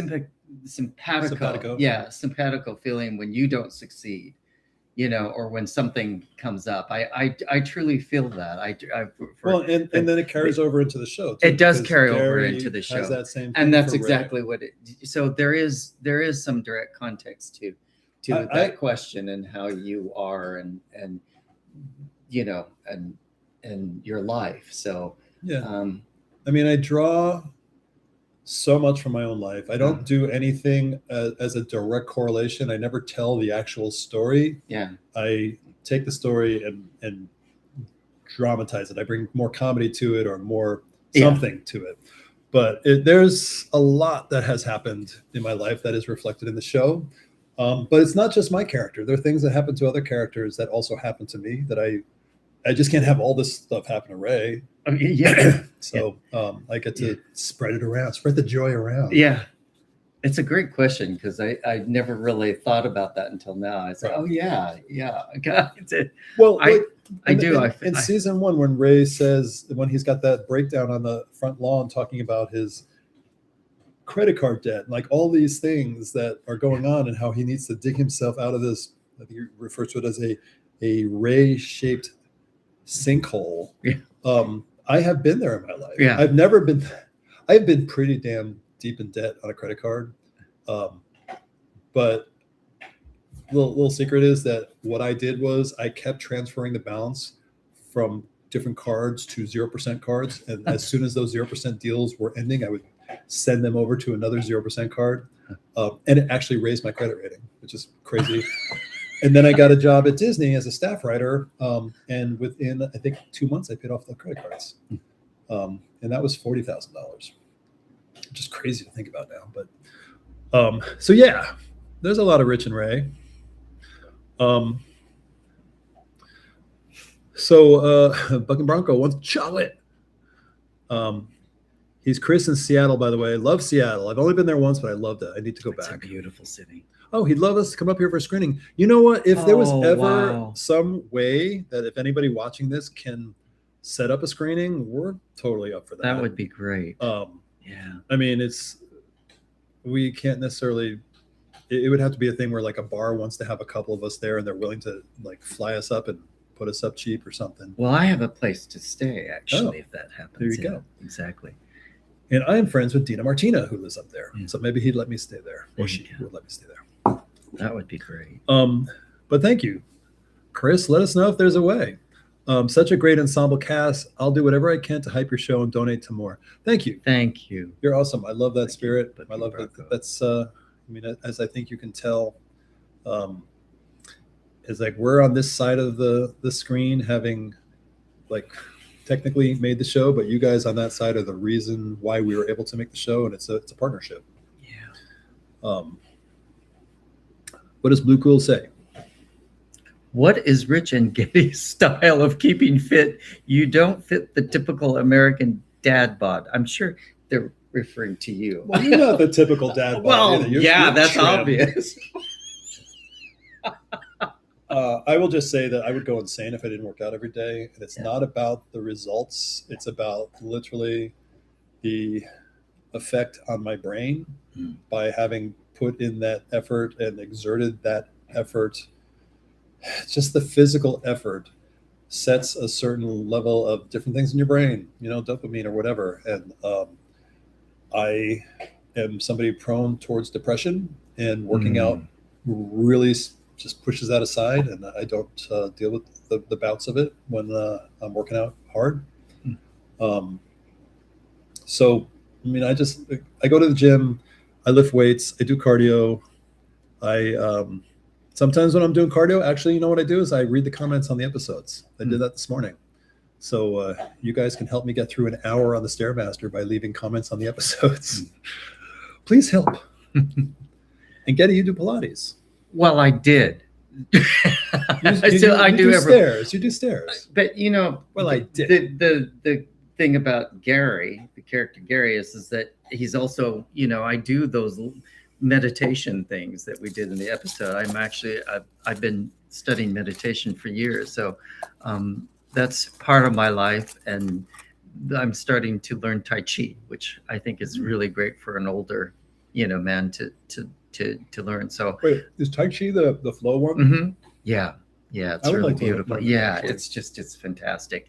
Flow. And and breath work and stuff like that. So, but we had remember that I was bringing the sound bell. Yeah, I do all that stuff. We have to bring that back next season. We need that. I miss that.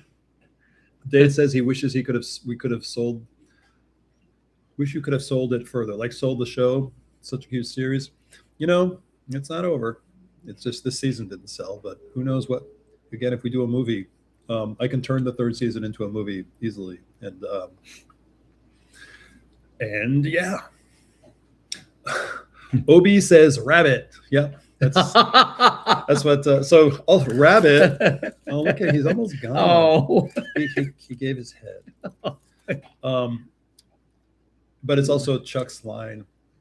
We will, by the way, reveal what that means eventually, which will be its own twist. There's lots of reveals coming. Like if you're just trust and be patient, anything that's got you like, wait, what? Nothing is. There are no red herrings in this. Everything is resolved and revealed. Yeah. This is interesting. What does Left at Albuquerque say? He says, wondering what kind of cancer did Gary have? Was it a result of HPV? The kids are vaccinated for it now. Could it be an interesting subject post-twist? He had rectal cancer, and I knew that I didn't want I said this last stream, I knew that I didn't want that to take up real estate in season 2 because I had so much other story I wanted to get into. So I was influenced by a friend of mine who went through this, and in about a year and a half, he had surgery to remove this cancer, chemo and radiation. He healed.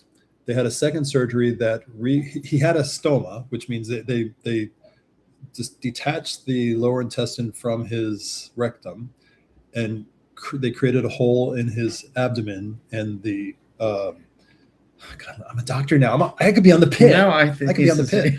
The lower intestine is then connected to the stoma, which is a opening that has been cut into the abdomen with a bag, and his business would be put into that bag. After his body had healed from the cancer and from the chemo and from the radiation, they surgically created a new rectum for him and reconnected the lower intestine to this new rectum, and he's 100% functioning now. So that is the surgery that Gary had. Gedde does not have. Little side story. There was a publication that did a story on the disappointments and did it on all of us as people in the show. And they got the information wrong. And the story came out saying that Gedde Watanabe is recovering from rectal cancer. Oh. And I saw it and I was like, I called the PR team and said, no, you got to change that. You got to change that right away. Get to them and say, that's a mistake. That's the character. They're like, oh, shit. And so they immediately retracted and rewrote the article online. I do have acid. Which I never did tell you that. I do have acid reflux at that. It's but yeah. But no, this is really good. Bad. Yeah, no, but this is good. So that, like, sometimes I wonder, like, how much detail I need to go into explaining these things on camera. It's alluded to in the conversation in the first scene, the dinner scene with James, Gary, and Ray. And also older people are surviving. Yeah. We're surviving. It doesn't take up all of our lives and stuff like that, right. Everything, little things that pop up, it's not as well, again, it's not like a daily conversation that Gedde has with Ray and James about the fact that Gary's HIV positive. Yeah. It's just and life. People are living longer now. It's not it's not a huge, which is a great thing. It is a great thing. It is a great thing compared to Go People. All the times when we were dealing with it. And Specs the Boss says that's what I was referring to when I said James saying he's still got it and is doing his own thing. Yes, James. I love James and I love the storyline for James. And somebody yesterday wrote a comment like, when is James going? Does James even love himself? And I think James is so busy trying to fix his life that he hasn't stopped to take a breath to like take stock and realize that he's a good person, whatever. But give it time. Again, like everything else, there's very few things I let slip through the cracks of this season. Okay. So, guys, thank you. This is awesome. There's so many more. Like, I thought we were like getting through the questions, but like there's so many. Blue Cool says Ignacio is the villain of the show. I think James is trying hard to make money, but Ignacio didn't care at all. But James does want this relationship so bad that he wants to make it work. Yeah. I mean, is Ignacio the villain? Here's the thing. Every character in the show has an antagonist. And they're in a relationship with the antagonist. So in Gary's case, it's less of an antagonist. It's more of a relationship that he needs to navigate. And that's between him and Lorena, which you'll see in this next episode where the trouble comes in there. Right. Little spoiler. With Ray, it's his 25 or 26-year-old boss at the writer's room. And with James, it's Ignacio. But yes, there's a whole other level going on there because of the inappropriate sexual relationship that Ignacio is initiating with James. Mm-hmm. Is this politically correct? Should Ignacio be fired and should he be thrown into the pit of #MeToo?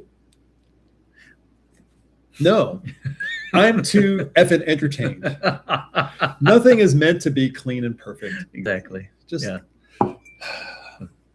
unbuckle the seatbelt, hit the gas. Yeah. Okay. Want to take Left at Albuquerque? Yes. I am wondering about Ignacio, the speed character. He seems abusive, and I wonder why James would be attracted to him. I think part of it is that James hasn't had a lot of attention. But I think also James is has a really good heart underneath the brittle, like quick to react with anger. Yes. I think he's actually super sweet. And it's not like he's a victim. It's more that well, he's another one that tries so hard. Oh yeah. Do you know what I mean? And that's what makes me really the both of you. I mean, I'm Gary's also, but there's something that what connects me there is this, God, these guys try so hard and they so deserve so many good They things. get a break. They get a break. Exactly. And I think that was a real eye opener for me. And actually in real life, in relationships that I even have now, I think of some of my friends and I go like, God, I really want them to have I just want them to win, and somehow, and so that was very appealing to me, in this piece. But it's that, but also I think that, I think that James, part of it is that he's caught in the situation with this guy, but I think also part of him wants to try to find the good in him. Like, yes, yeah, he has flowers behind his back and in a bottle of wine, and he thinks that, like, maybe this guy just needs a little attention and love, and like, but I'm not going to sit here and tell you that James is healthy. I'm not going to sit here and tell you any of these characters are healthy. Yeah. Like, these are not people who are always making good choices, and that's kind of why they're in the boat they're in. So we just have to, like, maybe we wouldn't make the same decisions and choices, but we kind of just hope that they're going to work it out for themselves. And we'll see where this goes. We'll see where this goes.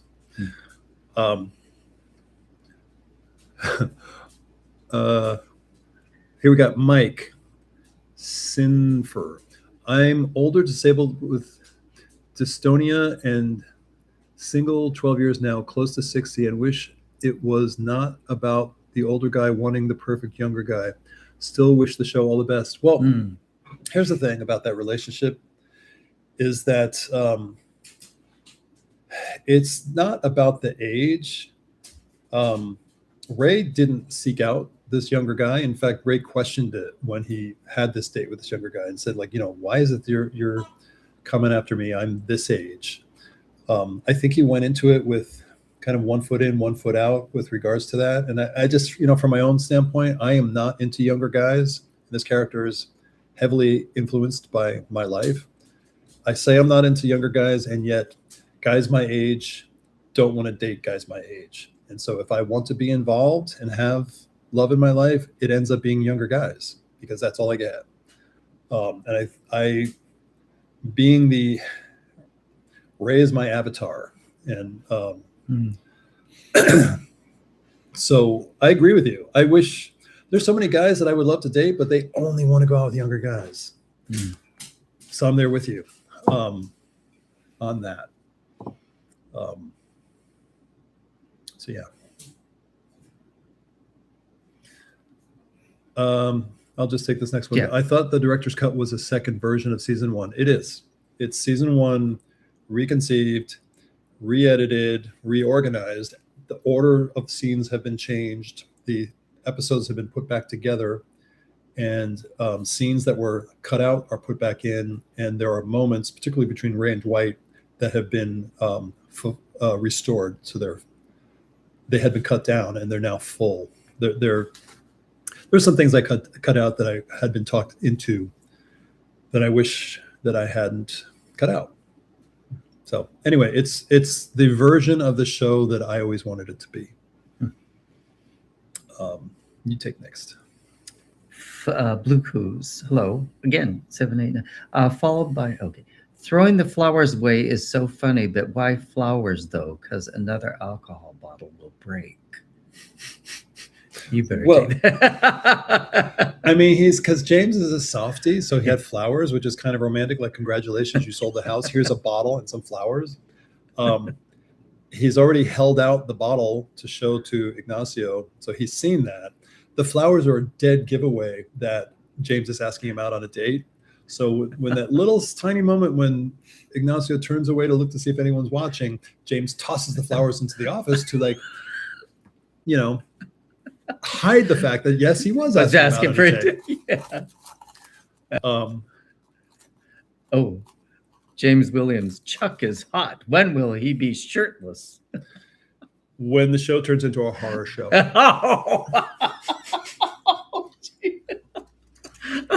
I hope hope he's not watching. No, it's okay because I literally said that last week when he was sitting right in this chair. Oh, okay. All right. I love Chuck. We all do. Sure, Chuck. Something, Dear Mary Chuck. Hey, Rich, to answer your question, the scenes with James and Ignacio are hysterical. It is great to see more happening with his characters this season. Thank you. That's lovely. If you notice what's happening with James's character is he's on two fronts. It's all about the real estate, but on one front, it's all complications. It's all things that are stopping him from reaching his goals. The one is Ignacio is making his life difficult in his pursuit of success in real estate, and adding in this complication of this weird, kinky sex thing. And the other is he just, his mom bought him a bus stop bench ad. And, here's, as he had been warned by Ray and by this guy at this open house that homeless people obscure bus stops because they tend to sit on them and live on them.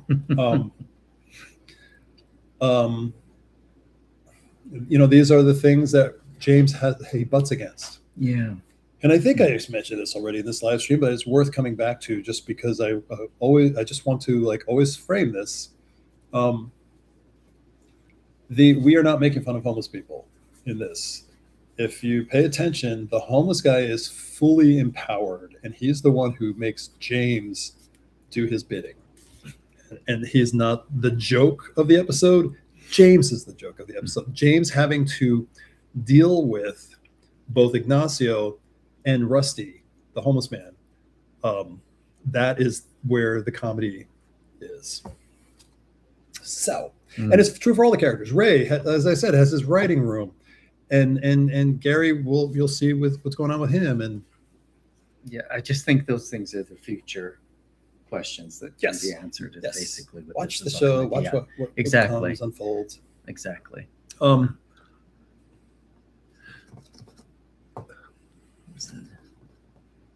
Yes. Okay. Great, Jerome. Look at what Jerome says. Oh, I love that. I feel Ignacio likes James in his own way, but refuses to admit it when he's sober. That's Ignacio lovely. Is so repressed, and you're going to find out why.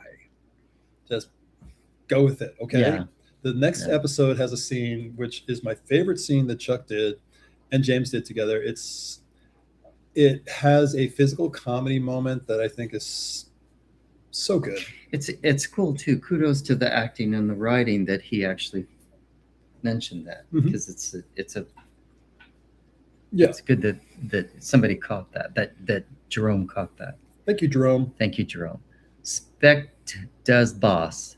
Yeah, it's called StreamYards. You just post the link in the chat and you're the only one that can accept the video call. I've heard about StreamYards. So we're again talking about the tech to bring somebody in. We were on StreamYards for Alan Locker's The Locker Room. That was StreamYards that we logged into. I understand. Okay. Huh. Yeah, it's just a matter of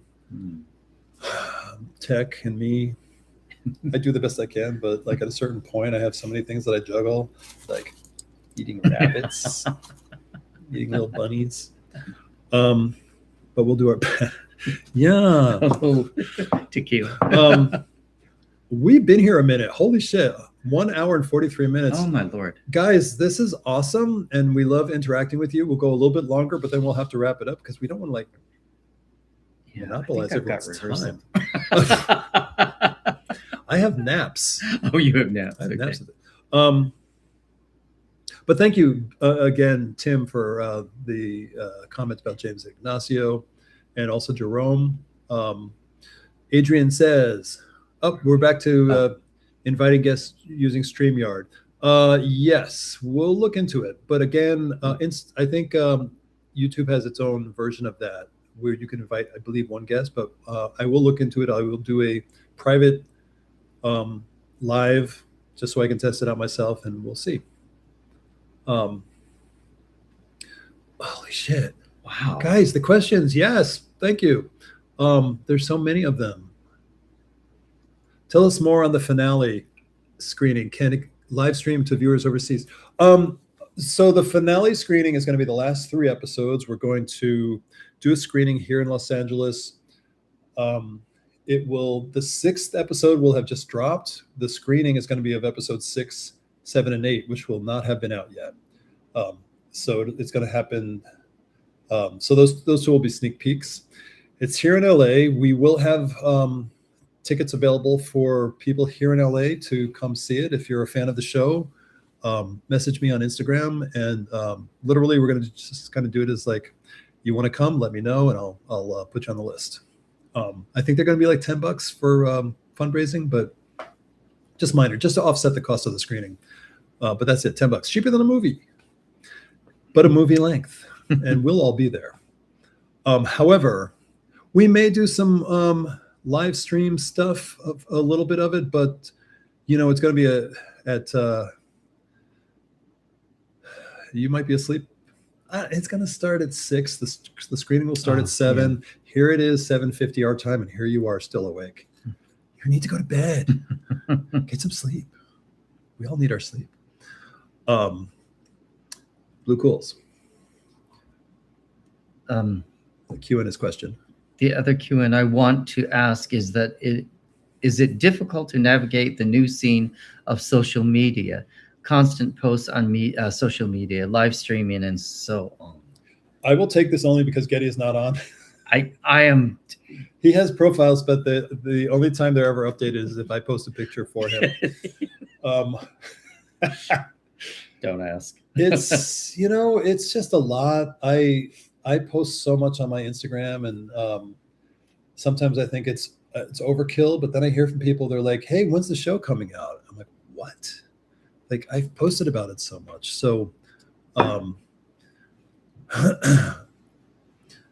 is it difficult is it the new scene of social media? I mean, we do have a guy. His name is Charlie. He's a producer on the show. I've made him a producer because of all the amazing work he's done. He handles our YouTube channel, but he also handles our TikTok. And so he makes videos to put on TikTok and on here on YouTube Shorts. And he'll give them to me, and I'll put them on my Instagram. So he helps a lot with that. And particularly, I have a full-time job writing on an animated series, so I don't have time to do all of this. It's a lot to juggle. So I'm grateful for him. But the live streams are it's definitely takes some organization, getting those posts out there, let you guys know what's happening. But they're a joy. It's as Gedde and I said, we were really loving connecting with you guys. So what does Tokyo say? 75. Hello from Japan. Hello. I have watched many LGBTQ programs, but I enjoy yours the most, and I'm looking forward to enjoying the next episodes. It's a good opportunity to brush up on my English. Thank you. That is so funny because it's a good opportunity for me to brush up on my English. I wish I could brush up on my Japanese, but that's not going to happen. Well, and all kidding aside, that's cool. Thank you so much for watching. And it's beautiful. Thank you. Yeah, I love that we're literally international. The show is international. Yeah. That's a very That cool is thing. really cool. Yeah. That's exciting. I didn't realize that. That's lovely. Yeah. Katori is saying oily chocolate. Yes, it is. But Gedde, you stopped eating. Yeah. I'm gonna eat the bunny's butt. I feel like I'm sliding in my insides. Katori, card transfers the smart way with Disney payoff. He's talking about my credit card debt. Oh. See, I was unemployed for, at that time, I think 2.5 years, and I totally trusted that it was going to work out, and I stuck by it. And I got the writing job at Disney off of a script that I had written, and it worked out. This one's good, Katori. Hopefully Outfest will find room for you. Is that? Well, it's interesting because Outfest just started again, and I tried really hard to get the series in Outfest, and they never responded. Oh, wow. But, I think that they had a very specific, very limited, because they were just starting. It was very slow. It was just one weekend. 3 days, and I think they had a very specific program that they wanted to present, and I don't know that web series were a part of it, but it's unfortunate because it would have helped us, I think. Spec says, I didn't know Dwight was on the spectrum. That's awesome. I am also, and I was wondering why I saw me in him, and now it makes sense. Oh. I'm glad you relate. Yeah, that's lovely. And I hope you like the character of Dwight. Yeah. Dade. Love that all characters are flawed, struggling, addressing adversity. Yeah. Thank you. Yeah, thank you. Akash says, I really love the story. Uruguay, that's lovely too. Oh, we Uruguay, really are. wow. Yeah. Wow. Lovely. Thank you.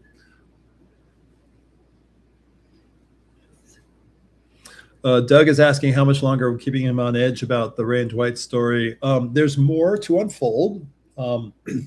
There's more present day story to unfold before we find out what happened. I guess I could tell you. I think I told you in the last live stream. We have one more episode to go, and then you will find out after that episode. So, and it comes about naturally. This next episode has to happen in order for you to, the following episode, to lead to what happened. Be patient, man. Glad you love the show, though, in spite of the wait. India, Akash, big fan. Thank you. Thank you. Lovely. Bucking Bronco. You've created a tremendously fun but also devoted to one another. What advice would you give to someone wanting to make friends later in life?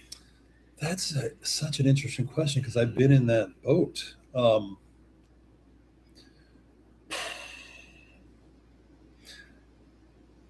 I think I have made friends in the last couple of years, really good friends that had I can tell they're friends for life going forward. And it comes out of pursuing things that you love, and you end up in the space with other people who love the same things you love. And that's becomes the commonality. So if you like to read, you join a book club, or in my case, I like to ride my bike. I've got a road bike here hanging on the wall, and a dirt bike, and an electric bike. Too many bikes. But I've met a lot of friends through cycling, and these are really good people, and I very well could be lifelong friends going forward. I mean, I could only live for another 10 years, so maybe it's not that long, but... You don't know that. I don't know anything, Gedde. But my advice would be to worry less about maybe making the friends and more about what do you want to do? What's your passion in life? What's an interest? Then pursue the interest and see if there are other people there. Go next. It's Ricardo. 4965. Kuzim. Oh, I feel the same way. I prefer older gents, men that have seen the world change, men that played with the same toys. Oh, I love that. Men that remember world events and how it impacted them. Unfortunately, only young. What is that? Only the young? Was it only the young? Only young. No, I'm just wondering if it continued. Oh. Unfortunately, only the young, meaning that's all you encounter? I relate. How about Bo? Read it. Oh, I don't really think any of us is healthy. We just move forward in our lives. Some are successful in work. Some are successful in love, but we all struggle at something. You might not see struggle. Yeah, like people from the outside looking in might not see the struggle, but we're all struggling. Yeah. Yes. I totally agree with that. That's lovely. Well said. Thank you. Ricardo also says, but James gives the homeless guy an opportunity, and the homeless man is cunning and smart. James accepts the challenge. Oh, yeah. Lovely. Yep. And you know what? This is not going to, again, this isn't a throwaway. This isn't some cheap moment. This is a part of the story. Like you're going to see something come out of this. Be patient. Left at Albuquerque says, not interested in someone younger. I need someone that knows Bette Midler. Had a career before beaches. Yes. Bathhouses. I did a movie with her. Did you? Yeah. What was it? Called Parental Guidance. She and Billy Crystal. Oh, wow. Did a movie. Yeah, I know. That was fun. She was really fun. Yeah, so I know Bette Midler.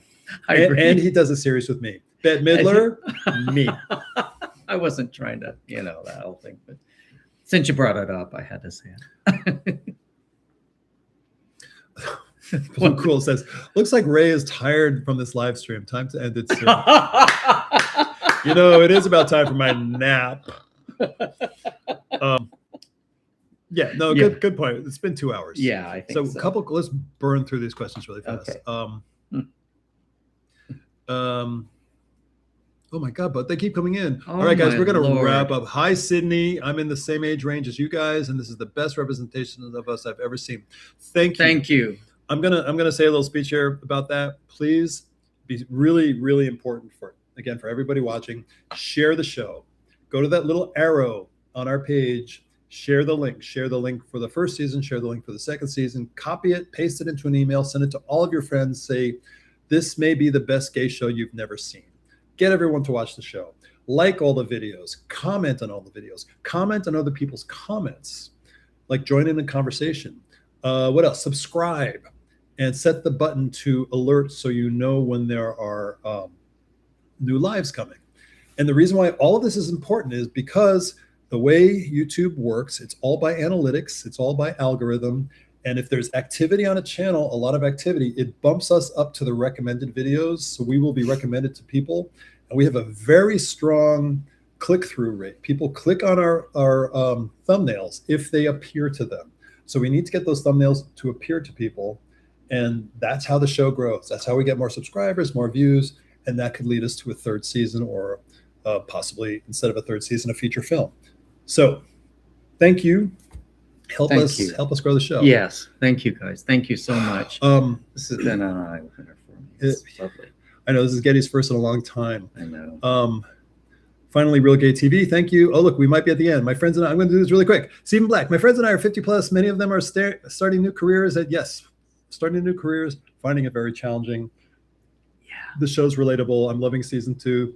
Oh, Stephen. Yes, Stephen, we're doing a screening in LA. You're here in LA. You came to our premiere. Please come to this screening. I will be posting about it on Instagram. But it's a finale screening of the last 3 episodes, April 29th at the LGBTQ Center. Bo says, I dropped all my social media accounts over social media companies supporting 45 and 47. We will never give you any reason to drop us along those lines. Can the cast join cameos so that we can ask for shout outs? Good Lord, I can't even get the cast to respond to an email from me. I wish. That would be awesome. But good Lord. I email I respond to. Yeah, I have an email to you. You haven't responded to yet, but we'll talk about that after this. Hi from Kuala Lumpur. Thank you for joining us. I'm sorry we're leaving any moment now. Yeah. Literally, you have the bike is on my t-shirt. Yes, I have bike t-shirt. Hopefully Blue Cool's gonna have a cup with Rich and even go cycling one day. That would be fun. Ricardo says, yes, only younger men find me. Yes. This man likes Chuck. Okay. Good. Thanks for the feedback on the friendships. I have moved a lot and many have been lost to proximity. I totally relate. Hope you can keep those friends close to you. Thank you. Much love to you as well, Bucking Bronco. Yes. Are there any segments in the series based on real life? Do share. Oh God. Tune in next week. We'll bring that question back next week because we're wrapping up, but that's a really good question. Thank you. Thank you, Rich and Gedde. Everyone behind you, the production of the show. It is a labor of, that's so true. Adrian, thank you. Thank you, Adrian. Sean is the last question. Here we go. You guys have been amazing. I'm a 21-year-old black gay man and I relate to a lot, Rich and Dwight a lot. Please, I have never been obsessed with Dwight and Ray. I have never been obsessed with Dwight and Ray. Okay. Okay. Cool. Hey guys, greeting from Brazil. Bye. Thank you guys for this. Thank you so much. We had no intention to do this for 2 hours, but God. You have made it happen because of all these questions. Thank you. We really appreciate you. Thank you, guys. We'll be back next week. Thank you for watching episode 3. Get all your friends to watch it and the rest of the show. And we'll see you next week. Thank you. Thank you, Sean. Yes, we'll make sure they end up together. He can't take heartache. We'll leave on that note. Who knows? Who knows what's going to happen? Irish Kevin, thank you again. Love this. Loved you. Bye, everybody. See you next week. Good day. I said good day.